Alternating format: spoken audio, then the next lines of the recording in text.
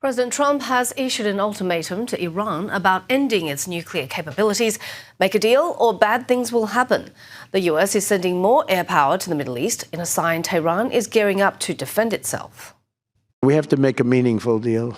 Otherwise, bad things happen. President Trump delivering that threat to Iran if they don't make a deal to shut down their nuclear program and backing it up with firepower. He's ordered the largest buildup of U.S. military, air, and naval assets in the Middle East since the eve of the Iraq War. The facts are not on their side. Time is not on their side, and they'd be wise to listen to the president and come to the table with a real deal. Iran seems undeterred, holding military drills with Russia in the Gulf of Oman. But the regime appears especially vulnerable after brutal crackdowns on demonstrations left thousands of Iranians dead, fueling an anti-cleric movement. Ultimately, the people of Iran need to be free and need to be represented by a democratic government. The U.S. also wants the regime to stop funding armed groups like Hamas in Gaza, Hezbollah in Lebanon, and the Houthis in Yemen. On Thursday, Israeli Prime Minister Benjamin Netanyahu said that Israel will retaliate if Iran strikes his country. The two faced off for 12 days last June, leaving Iran's nuclear program significantly degraded. Secretary of State Marco Rubio plans to travel to Israel next week to update Netanyahu on the U.S.-Iran nuclear talks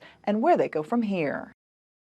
Joining me live for discussion on this is Democrat strategist and Third Way Executive Vice President for Policy, Jim Kessler.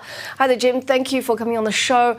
On this Iran issue, do you think it is Trump is going to go ahead with escalation, and will it be just a deterrent? Will it be to strike fear into Iran, bring them back to negotiations, or to effect some sort of regime change? Right. So in one sense, Trump's position on Iran is not much different than previous presidents, which was you can have a nuclear program or you can have an economy, but you can't have both. And way back in time, Obama cut a deal with Iran to slow their nuclear program, really to stop it. Trump got rid of that at a certain point. What's changed right now is that Iran is much more vulnerable.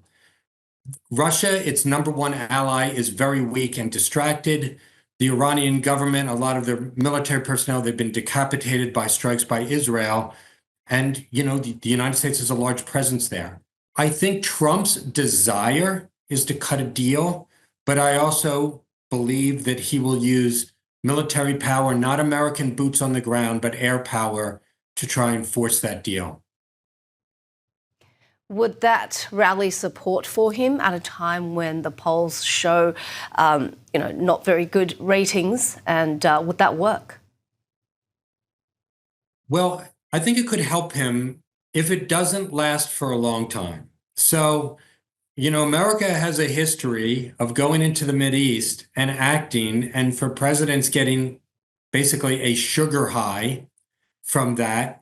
And then as soon as it feels like Americans are spending too much money, or more importantly, too many lives there, and it gets bogged down, that support disappears. So this is a handle with care situation for President Trump.